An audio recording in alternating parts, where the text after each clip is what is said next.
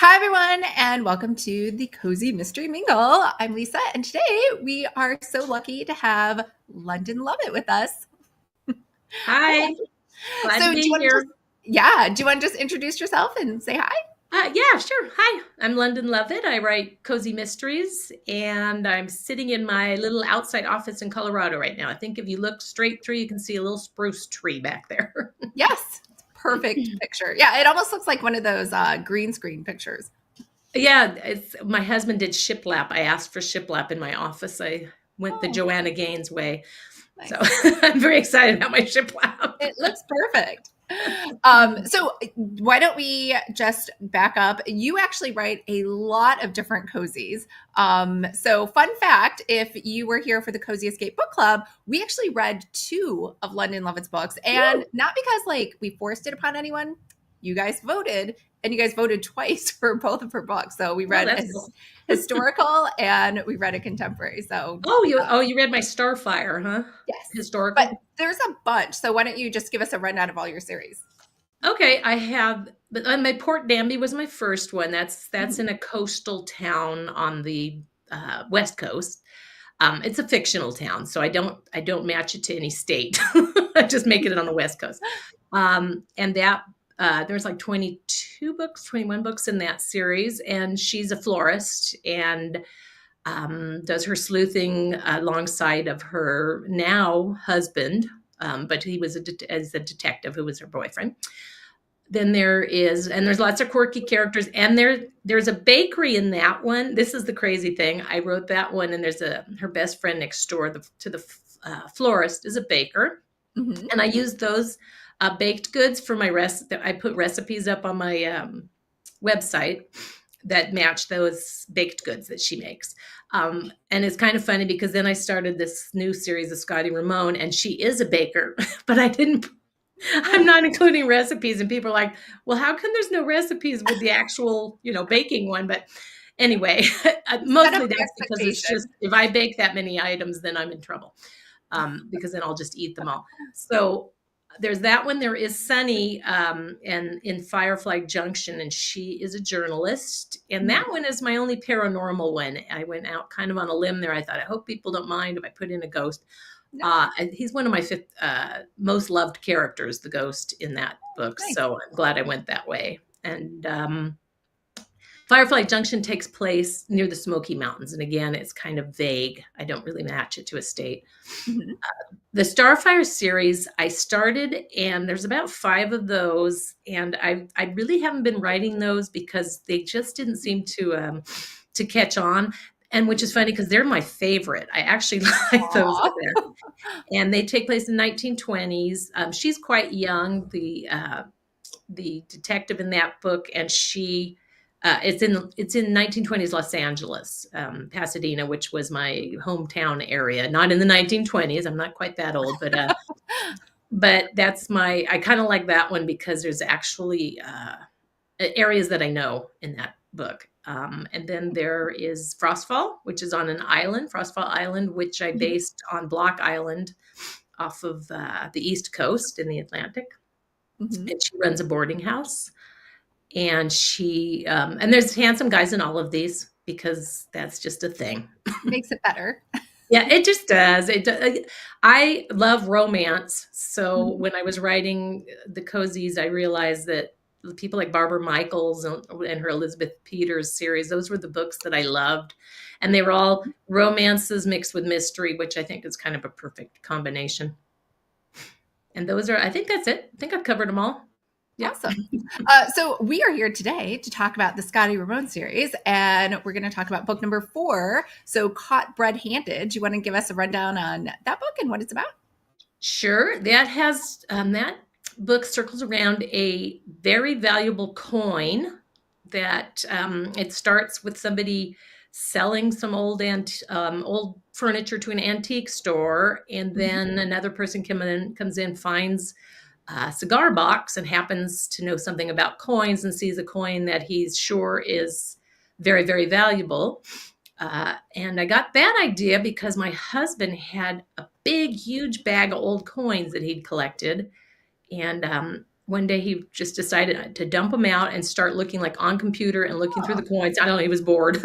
And then he started telling me about this 1943 Lincoln copper penny that I guess during the war, they decided to not use copper. They needed the copper for the war effort. So they were going to switch them to steel, but somehow like 30 pennies got cast first in copper with that year. So if you find a 1943 penny that's made out of copper, it's worth about $700 to $1 million. So of course he was looking through all of his pennies for his, didn't find one, darn it. But so I guess the more rare a coin is, obviously the, more valuable it becomes. So that was how I got the idea. And so that memory, that coin causes all kinds of problems in murder. Got it. I was going to say that brings back memories. Like I'm so old. I remember as a kid, I got one of those, I don't know if you ever got one of those coin books and then you could put the coins inside. Yeah. And then, I don't know. I guess I got bored or lazy. I don't know. It's very easy to lose interest in those. Yeah. I just remember my kids had the ones for they were doing the state quarters, a quarter for every state. And my kids had those. And I don't know, there was definitely about half the states missing, I think, at the time. Especially then when they started going, well, I'll just use these quarters to buy something instead. Yeah. Well, nowadays people don't even have money. Right? Everyone uses plastic, coins. So. Yeah. What's a coin? Yeah. Yeah. Oh yeah. I know. I remember my purse being like 10 pounds on my shoulder with coins collecting at the bottom. And now it is nice not to have that. Yeah, that's true. Although I do remember the old days. I don't know if you're desperately hungry, but you don't have any money and you're like going through your car, collecting the change so you can get Taco Bell. Or when we're still in an apartment and you needed coins for your laundry. Quarters. Yeah, it's crazy. Some places don't even take cash anymore. They have a sign, no cash. No cash, yeah. Or they do look at you funny when you hand a thing of cash out. Yeah. It's like, here's my $10, which means almost nothing these days, but here's my $10. Yeah. So this is book 4. So I guess, can they read this without reading books 1 through 3? Yes. I just feel like when you definitely each mystery is its own arc. So that's one thing. The only thing you miss out on is the flavor of the characters, the layers of characters the characters. For me, writing the characters that's my big love in writing. The plot is very important, but I love developing the characters. And so I really work on that development, and it really it will mean more to the reader if they, know the people from the beginning and they know their backstory. I try my editor always reminds me, remember, put in a little backstory in case someone picks up this book and not pick, and then I'm always like, oh, I forget. I wish they would read the first ones because they're going to miss a lot of stuff. Yeah. And this one does have a free prequel. It's called Banana Chiffon and Bad Deeds. I write so many books that I can't think of titles. And it's free all the time. It's 30,000 words. So it's a novella. It was part of a very big Cozy Mystery year-long, I don't even know what you call it, but anyway, production type of thing. And now it's on all the different sites for free so that you can really get an idea of the character, the main character, Scotty, and all the other main characters, except for Cade. He comes in the first book, the other guy. So. Okay. Oh, and so they can get that on Amazon. They don't have to go to your website. Barnes and Nobles, Kobo. Yeah, I'm on all the sites. I don't put everything on just on Amazon. And so the prequel is free. You don't have to have KU. Free. So so you can pick it up 30,000. It doesn't take too long to read, and then you'll know if you want to continue or not. Yeah. Yeah, I mean, I love KU, but I've heard lately from readers because, life, they're like, well, I'm paying, it's not even that much, but they're like, then I don't read any for the whole month. So I've heard a lot of people quitting KU recently. It's just readers. Quitting what? KU. Kindle. Oh, yes. Yes. KU is one of those love-hate things for me. I don't know. Anyway, I think that I really I have a lot of readers on Barnes and Nobles and Apple. And Barnes and Nobles is really good to me. They're always promoting my books and all that. So, I just feel like I need to. I put Port Danby in for a summer, all Port Danby into KU, because I want also the people who, who don't have as big a budget or just would prefer to just buy, use the KU reading app. But then I've taken them out now because people were kind of saying, where's, from the other sites, where's Port Danby? What happened? So, yeah. Yeah. Oh yeah. I forgot. It has to be exclusive. Yeah. Yes. So, Yes. Okay. So if people want to jump right into book 4 without reading 1 through 3, what do you think they should know before like picking it up? Well, it takes place in the Rocky Mountains in a very small town. And I live right below the Rocky Mountains, and I've been to enough of the small towns up in the mountains here they're very, cozy, quaint. They're neat towns. And that's where I got the idea to write something in one of the mountain towns here, the Rocky Mountain towns. She was destined to be a lawyer, and she was going to marry a rich guy. She was in the city, and she broke off with the guy right at realizing it wasn't her life. And in the prequel, it shows how she comes back to Ripple Creek, the town of Ripple Creek, to live with her grandmother who raised her after her parents died. She is my only character who has a lot of money, but she doesn't really spend it because she got the money. Her parents were very wealthy, and they died in a ski accident in the Alps. And so at 7 years old, she was given a big, she had a lot of money, but she went back to live with her grandmother, who is more like me, a very hippie, kind of at-home, artsy person. And so she just decided that she would stay there and open this dream bakery that she'd always had. Okay. So, and her childhood crush had come back to the town too. He had left with his parents when he was a teenager. He came back to be ranger. So that's the romance end that comes into it. But and that's Cade, right? Yeah. Okay. That's Dalton. The Dalton Braddock is the ranger, and then Cade is the guy who moves into an old estate that his family once owned. He's a writer, and so I've got 2 men. That way, it keeps it going. Keeps the salt going. All right. Is it a love triangle? Yes. Okay. It is. The men hate each other, which is what every woman dreams of. And yeah, she it's that whole between the guy that she's loved her whole life and this new guy who she finds really intriguing. So it's funny because I hadn't started Cade that way. I was going to start him as just a friendship thing. And my characters always create themselves. And so I'm writing him, and I went, oh, I like Cade now. I think we need to, I think I need to make it into a triangle. So that's kind of where it's gone now. And this book 4 does really move that ahead. You'll see. I mean, girls need options. They do. Yes. Yeah. And I make 2, but of course, we'd all love to have 2 wonderful options, but yes. Perfect. My favorite part about the Cozy is that there's lattes and there's baked goods. So what is actually served at Scotty's Bakery? Okay, well, I started it as a vintage. She was determined to do a vintage bakery. So I even got some vintage bakery books and stuff, things that reminded me of stuff my mom used to make, back in the 60s and 70s. But she, right now it's mostly, and I realized I wasn't going to focus that much on the baked goods as much as I, wanted to at first. So I did this bake. She's got cinnamon rolls and brownies and all the stuff that we grew, the people grew up with. The motto of the shop is serving up bouts of nostalgia with dollops of frosting. So that's cute. Just things to take you back to your childhood. I think that's where I was heading. I just remember my mom baking, and it was always so exciting when she pulled out her little recipe book. If I come home from school or something, and she'd have that thing open and be like, we're going to have baked goods. So as an adult now, what's your favorite breakfast morning?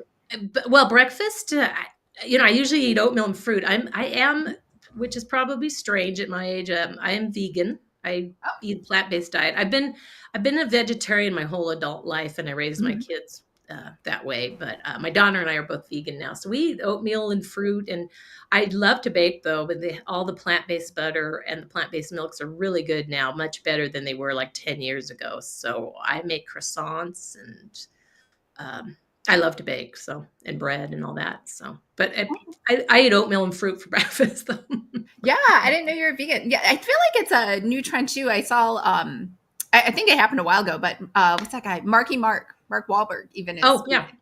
Is he? There's quite a few. I mean, I think there's only 3% of the population, and it's still it's hard to be. It was easier to be vegetarian because I'd eat Mhm. dairy and stuff. But when we go to restaurants, we have to go to restaurants that offer some vegan options. Otherwise, there's nothing to eat. But Yeah. we do a lot of cooking. She lives next door to my daughter, so we do a lot of cooking and Okay.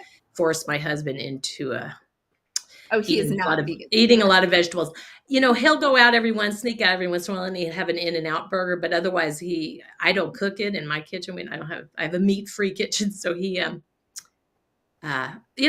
good about it. He'll eat polenta and vegetable, whatever I Mhm. serve him. He's just happy to have a It's meal. probably healthier for him too. So Oh, it is. It is. vegan Well, is he safer. had high cholesterol. So I was like, yeah, this works for you then. Yeah, for sure. All right. So for baking, are you doing, I really like, well, who knows? I'm sure you have a million cookbooks, but the minimalist baker, she's Oh, yeah. vegan. And she has a ton Yes. of like really good, because sometimes when I Mhm. make vegan baked goods, they don't taste as good, but hers taste great.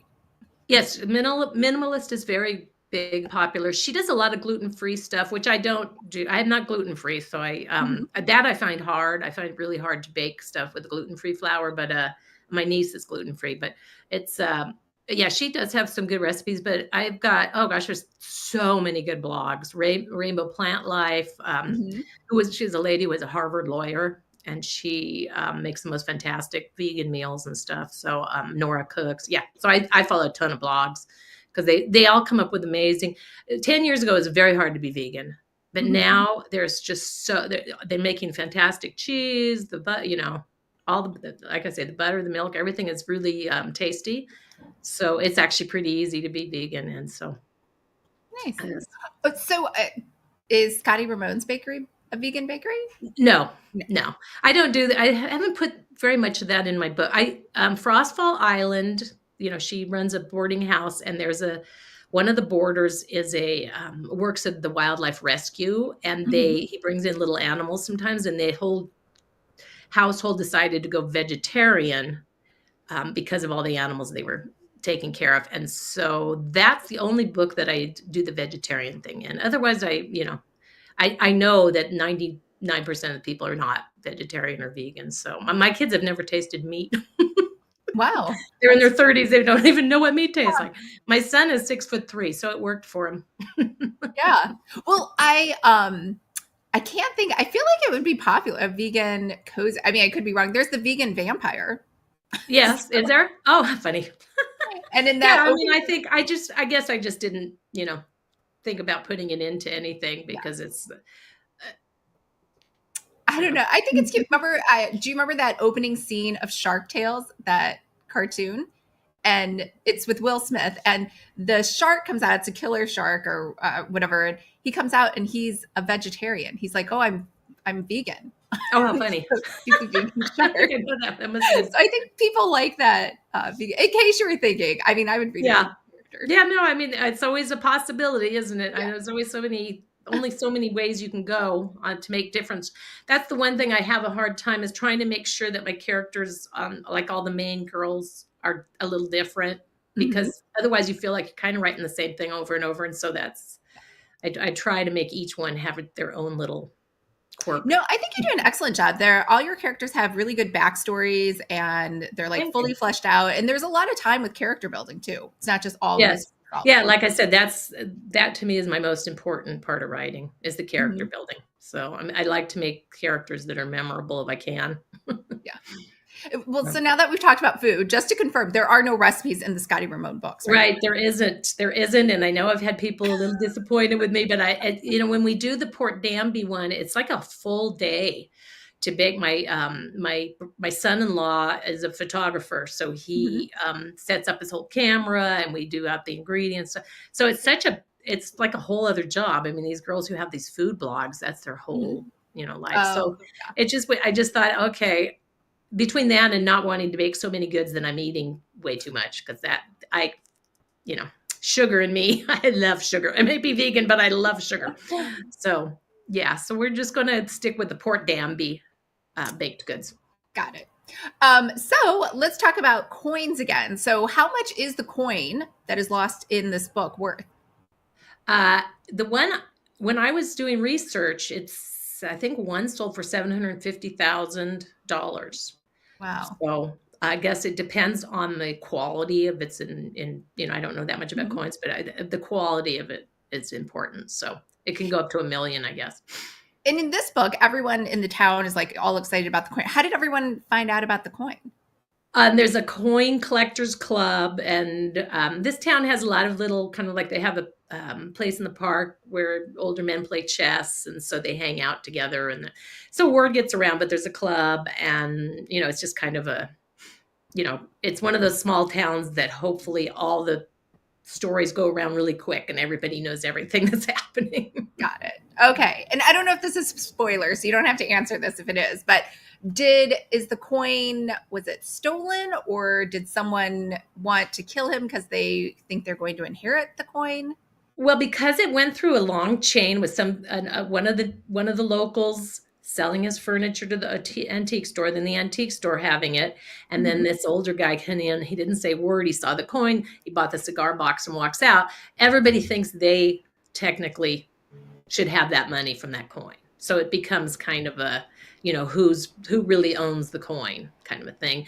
But there's also the question of whether the coin is legit or not. Because that was part of my research. I saw that a lot of people tried to manipulate those coins and make Mhm. them look like 1943 if it was copper, or to make the steel look like, there was a lot of fake coins, I guess, around those Lincoln pennies. So Ah, that okay. all comes into play. All right. And so, okay, so let's talk about the love triangle. So, first of all, Cade Rafferty and Dalton Braddock. They both sound like very like manly names, but Yes. Cade, I'm guessing, and I could be totally wrong. Cade is the writer, so it almost sounds like he's like the soft, maybe not as muscular guy, and Dalton's like the big, burly. Big mess, burly. Yeah. Yeah, I try not to talk too much about their physical appearance so people can imagine their own, dream guy in there. Mhm. Um, but they're both tall and broad shouldered because they have to be. Nobody wants a nobody wants a short, slump shouldered guy. But Cade is much wittier, a drier personality. Kind of the intellect. Well, they're both smart enough and everything, but whereas yes, obviously Dalton, the boy, the guy that she had a huge crush on her whole life, Mhm. is a ranger who patrols that area. Okay. So, and then, which one is she like most into, or is it still just flip flopping in this It's book? there's a lot of flip flopping, and Okay. again it's taken its own life form on this triangle because I'd started it as her returning, and she realizes her lifelong crush is back in Mhm. this town, and so you think but he's engaged to a rich woman, and so she's just still breathless when she sees him. But then Cade comes into it now, and now she's feeling like so she doesn't know who she prefers, kind of. So that, like I said, this next book kind of moves the triangle ahead to a big Okay. triangle, to a more of Well, a stark triangle. so this was interesting. Dalton, if I remember this correctly, Dalton is engaged in book one, but he actually marries her. And so he's married, right? No, he's Oh, he he's is. engaged, but they haven't gotten married yet, Oh, and okay. so that all starts to come into play. All So, right. And and so she's a girl that she knew. She's a rich girl whose parents owe the resort up at the top of the mountain, but Mhm. and they all went to school together, and she was always Ah, kind of that, you know, that girl, the got it. mean girl, not The the mean mean girl, girl. but one of those types. So So does Dalton's fiance hate that he talks she to? does not care for Okay. Scotty. She's got the impression that there's because Dalton's spending a little too much time um, with Scotty, especially during investigations and things like that. So she's kind of catching on that something's up there. And Dalton also is good friends with Scotty's grandmother, so he Mm, comes over quite a bit and stuff like that. So okay. And so, as a ranger, because there's Texas Rangers, there's Mountain Right. Rangers, what kind of ranger is he? Well, and I'm basing it basically on what I know from just living in Colorado 3.5 years or whatever. Because in California, it was, black and white patrol cars, you didn't, and Mhm. sheriffs. They basically do law enforcement in the mountains if there's a problem. So he covers this Ripple Creek town and the resort area up above it where his fiance lives, Mhm. and is kind of called to duty when something happens, like a murder. So. Okay. And so Ripple Creek then, what's special? Is it just lots of mountainous terrain? Like you need a horse to get around? No, I mean, there's roads, small roads and stuff, kind of based on, we have a town here called Estes Park, which is just it's got mostly one main road and then lots of little cabin neighborhoods. Mhm. But no, it's, cars can go through and stuff. It's surrounded obviously by mountains. And I mean, we're just up here. It's, the elk, we have elk in our yard like every day, just hanging out and stuff. So it's just, just a lot of nature, a lot of trees. So And there's a creek. this is based on where you're at. Yes. This is Okay. the first one I've based on besides Starfire, which was based in Pasadena, Los Angeles, my hometown where I grew up. Mhm. This is the first one I did here in the Colorado area. Yeah. So it's just like your current town. Yes. It's nice. It's nice. Yeah. And so, is Scotty kind of like you? She like a mini London? Um, Probably her grandma's more like me, a little, like I said, kind of the hippie throwback type. Mhm. Okay. uh, yeah, I don't know, because I haven't been young in a long time, and Scotty's quite a bit younger than me. So, Well, so I guess, but you write the young characters so well. So what about Scotty? I guess do you like most, or do you want to see grow over the books?